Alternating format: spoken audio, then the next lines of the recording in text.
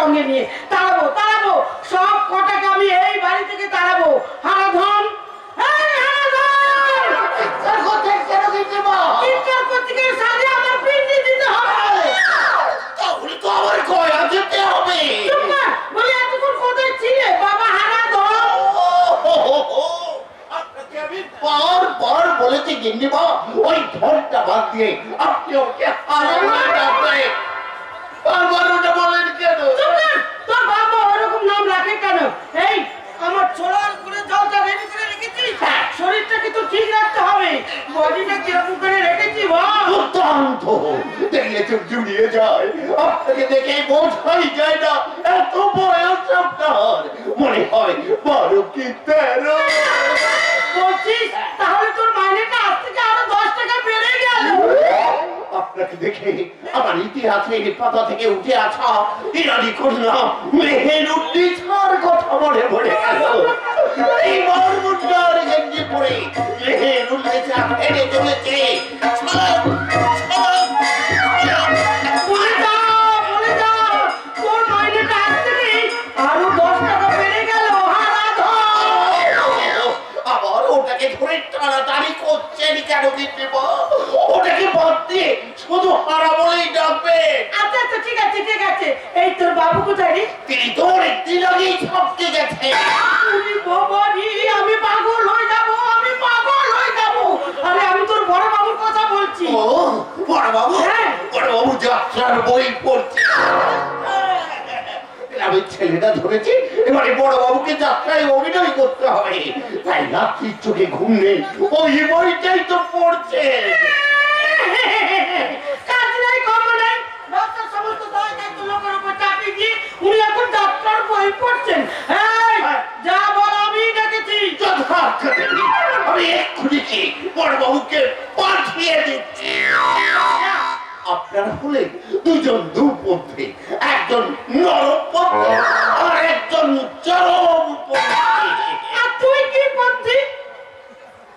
ঝোলেও আছি, অম্বলেও আছি, মানে ছবিতে ভাটি, মানে মধ্যপন্থী। আর বড় বাবুকে ডেকে না দিয়ে তুই যদি 1 মিনিট এখানে দাঁড়িয়ে থাকিস, তাহলে আমি কিন্তু অগ্রপন্থী হয়ে তোর উপরে ঝাঁপিয়ে পড়বো। তবে মাফ করবেন বেগম সাহেব, আমি এক্ষুনি গিয়ে জাহাপনাকে পাঠিয়ে দিচ্ছি। ওকে যেতে হবে না হারা। উগ্রপন্থীকে দেশ থেকে তাড়িয়ে শান্তি প্রতিষ্ঠা করার জন্য আমি নিজে মহেশ মল্লিক এখানে এসে উপস্থিত হয়েছি। এই উগ্রপন্থী ছিল বলে এ ডাক্তার তুমি বেঁচে গেলে, তা না হলে তোমার এই বিশাল সম্পত্তি কমলা টিকে রাখতে পারতো। রাখি হরি মারে কে? কমলা মারা যাওয়ার পর বন্ধু বান্ধবদের কথা এই সংসারটাকে টিকিয়ে রাখার জন্য আমি তোমাকে বিয়ে করেছিলাম, কিন্তু এখন ভাবছি আমি বড় ভুল করেছি। এত বড় কথাটা তুমি আমাকে বলতে পারলে? কি বাড়ির মেয়ে আমি? এবারে নেবে তুমি কোথায় তোমার হাতে ছন্দাবধি, গলায় শাড়ির আঁচল দিয়ে তুলসী তলায় প্রণাম করে ঝাঁক বাজাবে, আকুল হৃদয়ে ভগবানকে ডেকে বলবে আমায় সুমতি দাও। এই মরমুন্ডার গেঞ্জি ছেড়ে আমি যেন এই সংসারে গৃহলক্ষ্মী হতে পারি। গাধা, তুই একটা গাধা। তাই তোর মাইনেটা আজ থেকে 50 টাকা কেটে গেল। বেরো এখান থেকে, বেরো। যথাজ্ঞা দেবী। দারুণ পড়ে গেল, দারুণ পড়ে গেল। হারার বুদ্ধি আছে। তার বলবে না, যেমন মরিব তেমন তোর চাকর। এই পৃথিবীতে কেউ কারো চাকর নয়, যে যার নিজের কর্ম করে। আমরা সবাই তার নির্দেশ মতো কাজ করে চলেছি। উনি আমাদেরকে যেমন চালান আমরা তেমনই চলি। হ্যাঁ, যাচ্ছে কথা, তোমার সোনার চাঁদ মানিক এখন কোথায়? আরে ওই তো বলতে বলতে তোমার সোনার চাঁদ মানিক এসে গেছে। তা কাল সারা রাত কোথায় ছিলে বাবা মানিক চাঁদ? তো পড়েছিল রে, কাল সারা দারুণ দারুণ মজা হয়েছে। শুধু নাচ গান আর কি মেয়েদের কোমর ধরে নাচানাচি, তাই তো? আহা, কি হচ্ছে নাকি? তুমি চুপ করো। মানিক, ওসব করলে কিন্তু তোমার পেট ভরবে না। কিন্তু মানতে পারবে বাবা, ওই জীবনের যে একটা ছন্দ আছে। কিন্তু তোমার জীবনে চন্দ্রপতন ঘটেছে, তাই বলছো এই সমস্ত পার্টি বাদ দাও। এখন থেকে ব্যবসার কাছে বন্ধ দাও। আমার বয়স হচ্ছে, আমার পক্ষে এই ব্যবসা দেখাশোনা করার সম্ভব নয়। ও বাবা, আমি না কতবার বলেছি ওই ব্যবসাটা আমার একদমই ভালো লাগে না। তাহলে তোমার কি ভালো লাগে? সারাদিন বন্ধু বান্ধবীদের নিয়ে আড্ডা মারতে? কি হচ্ছে নাকি? তখন থেকে ছেলেটাকে শুধু বকাবকি করেই যাচ্ছ। আর কতই বাবু বল যে এখন থেকে তোমার ব্যবসা দেখাশোনা করবে? হ্যাঁ করবে, কারণ তোমার সোনাচাঁদ মালিক বোতলে দুধ খায় না। বাবু বাবু এই একটা লোক এই বিলটা দিয়ে গেলেন। দেখি দেখি কিসের বিল? বাহ বাহ বাহ বাহ বাহ, চমৎকার চমৎকার। মধুমিতা, তোমার সোনাচাঁদ মানিক বোতলে দুধ খায় না, তাহলে মদ খায়, মদ।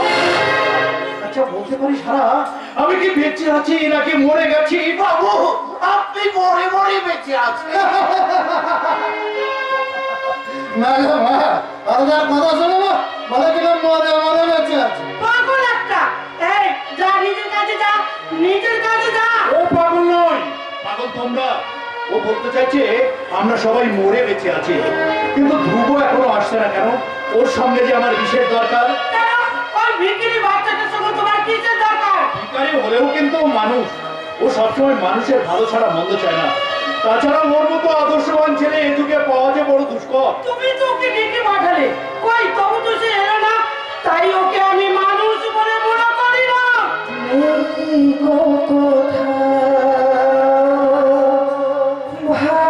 ভালোবাসা স্নেহ করুণা প্রীতির ভাষা।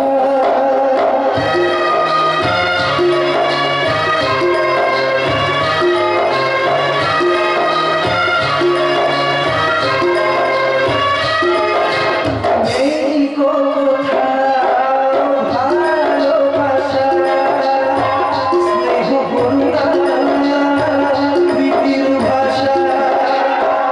সবাই যে আজ টাকার গোলা, অর্থই বড় সকলে।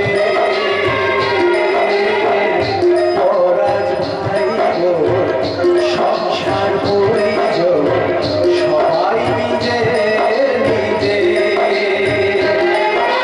মানুষ যে আজ নেই গো মানুষ, দুনিয়াটা শুধু ছাড়ছে।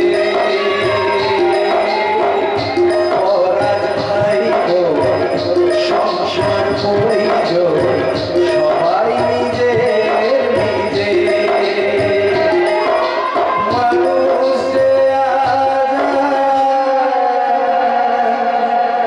নেই গো মানুষ। আপনি একদম ঠিক করেছেন মহাশয়। আমরা তো ভুলে গেছি আমরা মানুষ। মরার আর হুঁশ নেই তো মানুষ, কিন্তু সেই হুঁশটাই তো আজ আমাদের মধ্যে থেকে হারিয়ে গেছে। সেই জন্যই তো আমরা মরে বেঁচে আছি। ধ্রুব, পৃথিবীটা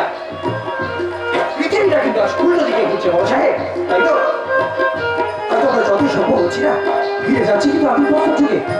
আমাদের মধ্যে থেকে লাজ লজ্জা বিবেক মনুষ্যত্ব মানবিকতা এগুলো সব যেন কোথায় হারিয়ে যাচ্ছে।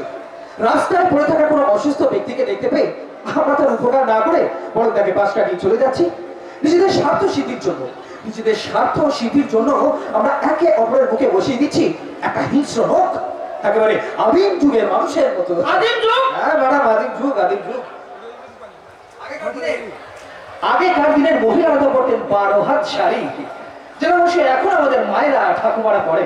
কিন্তু কি জানেন ম্যাডাম, ওই 12 হাত শাড়ি না এখন নাপতে নাপতে 3-4 হাত এসে দাঁড়িয়েছে। যেদিন ওই শাড়ি একেবারে নেমে এক হাতে চলে আসবে না ম্যাডাম,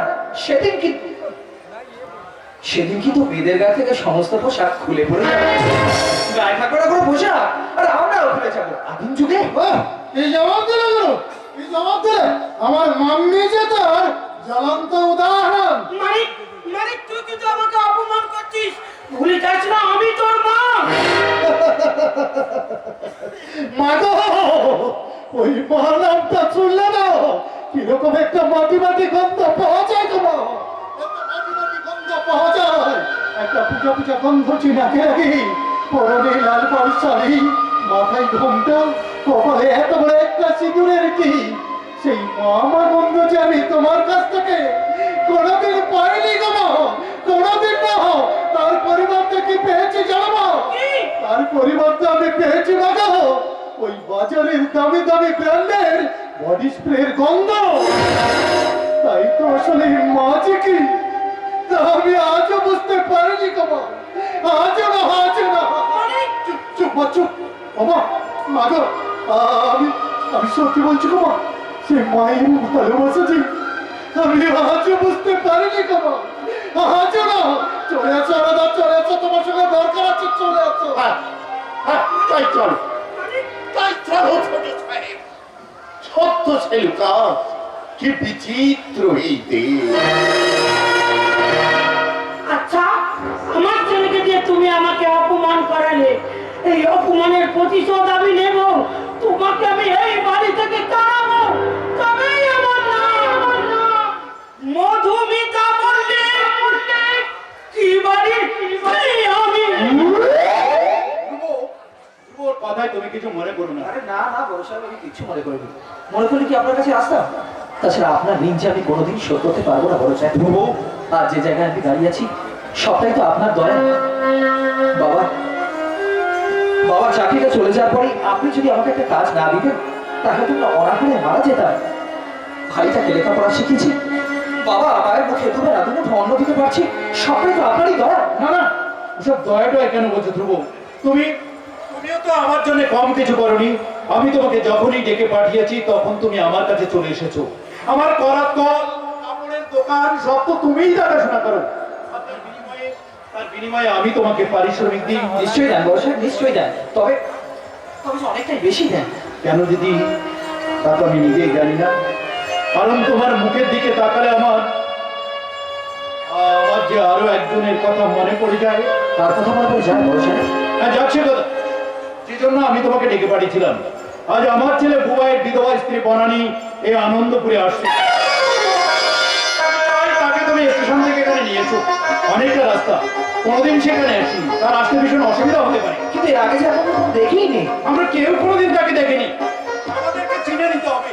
আমার দৃঢ় বিশ্বাস তুমি তাকে ঠিক চিনতে পারবে। আরেকটা কথা, আমাদের কারখানা স্টেটের ম্যানেজার ওই নিখিল গুপ্তর উপরে তুমি একটু ভালো করে লক্ষ্য রেখো। বলছিলাম ওই নিখিল গুপ্ত লোকটা ম্যাডামের খুব কাছে লোক, তার উপর নজর রাখাটা কি আমার ঠিক হবে?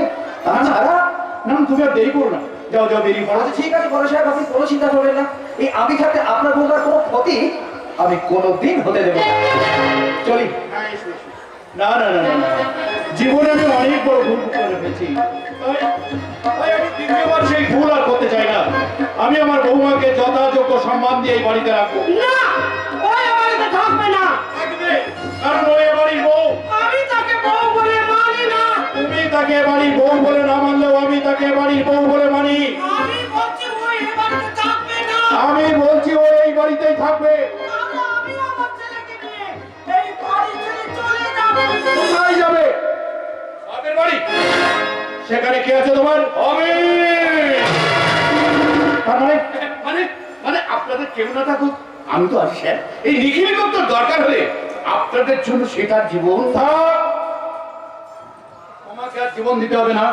এসে যখন পড়েছো তখন একটু অপেক্ষা করো, আমি একটা কাজ মিটিয়ে করে আসছি। আর শোনো, তোমার সঙ্গে কিন্তু আমার অনেক কথা আছে। তুমি কিন্তু অনেকদিন পরে এলে নিখিল, আমাকে তুমি একবারে ভুলেই গেছো। তুমি তো আমার কথা ভুলে গিয়ে ওই মহেশ মল্লিককে বিয়ে করে ফেললে। আমি বিয়ে করিনি, বাবা জোর করে আমার বিয়ে দিয়ে দিল। জোর করে নয়, মহেশ মল্লিকের টাকার উপর তোমার লোভ ছিল, তাই তুমি আমার ভালোবাসাকে দু পাই মারি দিয়ে ওই মহেশ মল্লিককে বিয়ে করে ফেললে।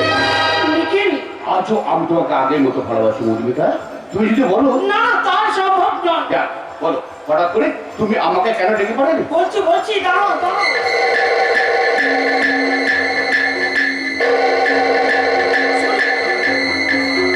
বুয়াইয়ের বিধবা বউ এই বাড়িতে আসছে সম্পত্তি দখল করতে। কি বলছো কি তুমি? তাহলে কি আমার এতদিনের সব প্ল্যান বানচাল হয়ে যাবে?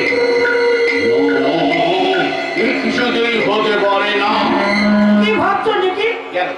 তোমার সব অধিকার গেল। এইবার ওই বউ এবার দেশে তোমার সংসারে লাঠি ধরাবে। আমি তা কিছুতেই হতে দেব না। দরকার হলে ওকে আমি এই পৃথিবীর মুখ থেকে সরিয়ে দেব। তুমি তোমার জন্য সব কিছু করতে পারি মধুমিতা? তুমি সত্যি বলছো? তোর বিধবা বৌমা স্টেশন থেকে আর এই বাড়িতে এসে পৌঁছবে না।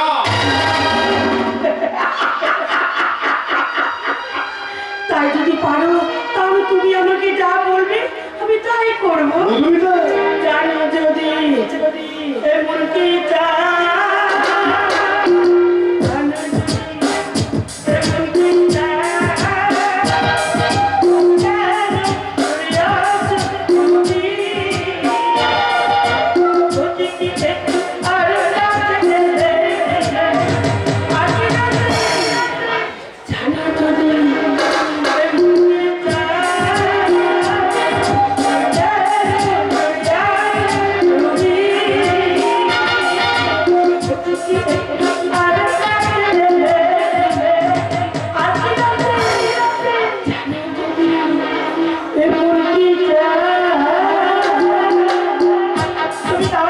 আমি তোমার জন্য গল্প করে নিয়ে আসি।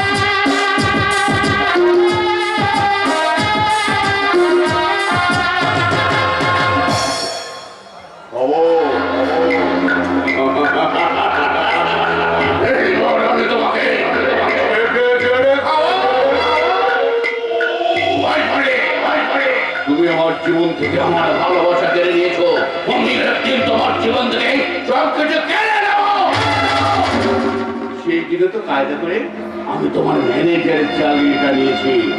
মারো মারো, প্রথমে মারবো তোমাকে, তারপর তোমার ছেলে মানিককে, তারপর মধুমিতাকে মেরে। না না না না না না, ওটাকে আমি মারবো না, ওটাকে আমি মারবো না। আর ওটা যে আমার গলার হাত, আমার গলার হাত। তোমার গান ছাড়া জমি পুকুর বাগান সব কিছু আমি একদিন আত্মসাৎ করবো।